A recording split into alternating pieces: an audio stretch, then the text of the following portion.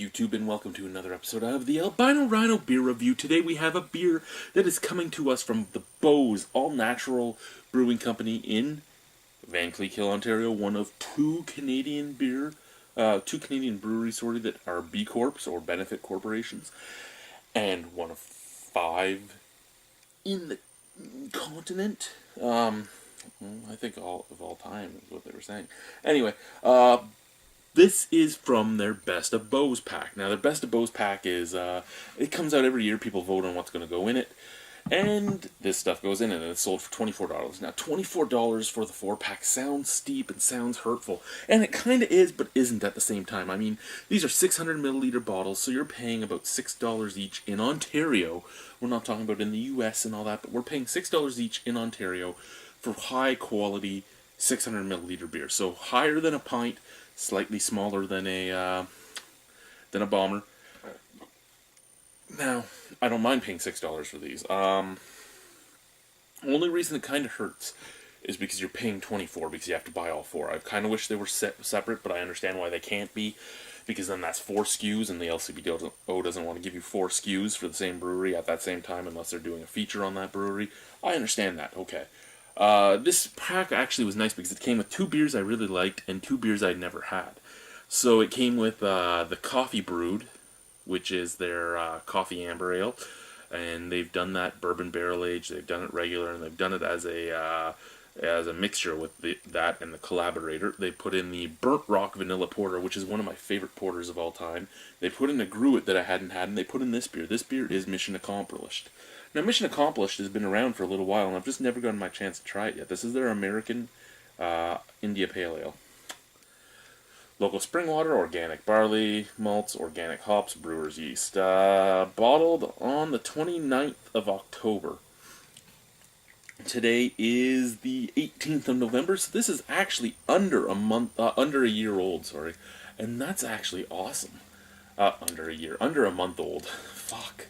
So I'm actually excited to get their APA at under a month old. It's fresh, guys. It's fresh. It's fresh. We'll pour it into our pint glass from Niagara College. Oh, it doesn't have a bowl. What are you going to do? Oh, no. That's what I'm going to drink it out of, okay? Fuck off.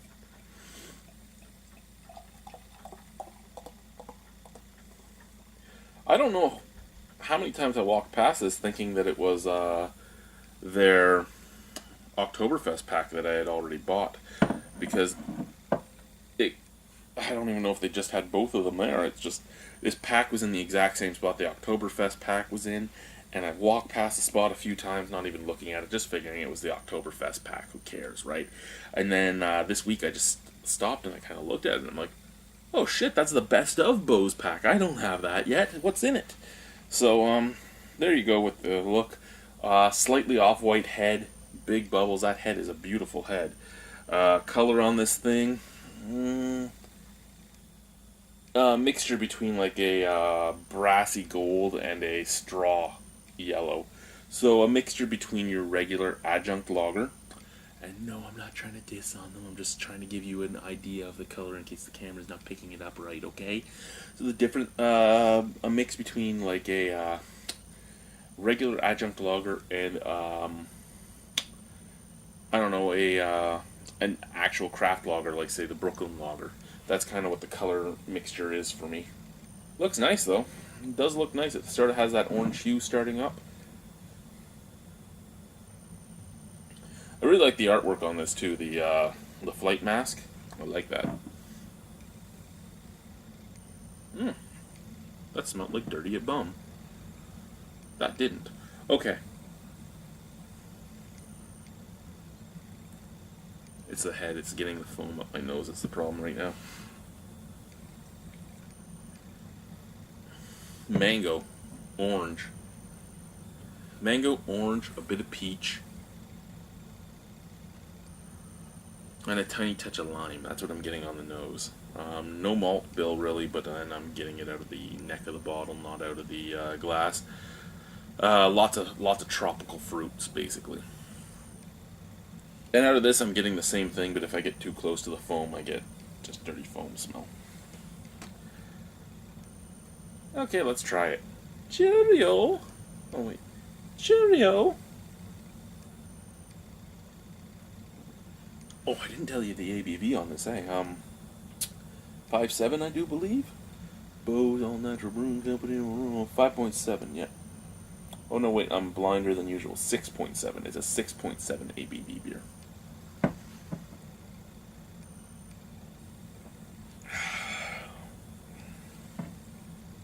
Okay. Here's what I'll say for them. Did they do a good APA? Yes. Did they do an APA that I enjoy? No. That's basically what I can say about it right up off the bat. Everything is good for my palate until the end. The end is bitter. It's bitter and resiny. It's like I just chewed on a stick, and it's that resin that sits right at the top of the back of your tongue. I don't like that.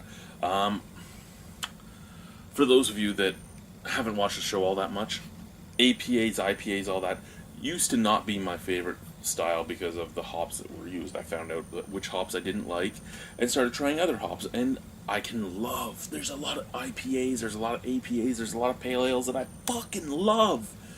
But it all matters what hops are used in it.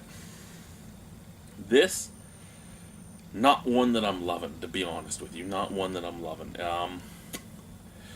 And is it a bad beer? No, it's just not my style. I can taste this and I can see people loving it because it has those characteristics that people that like APAs and AIPAs are all into.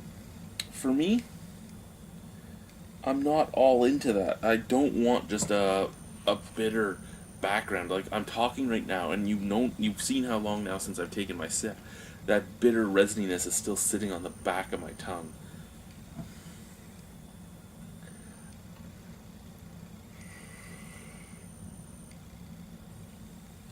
Now that I've gotten the bottom sludge in here too, it's not see-through anymore, which makes the visual appeal a lot better.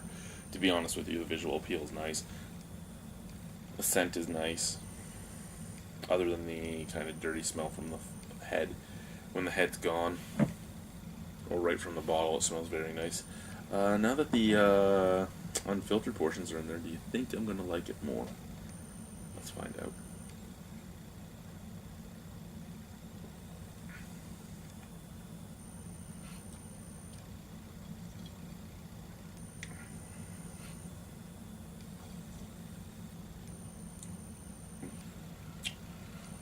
No, it's just not me.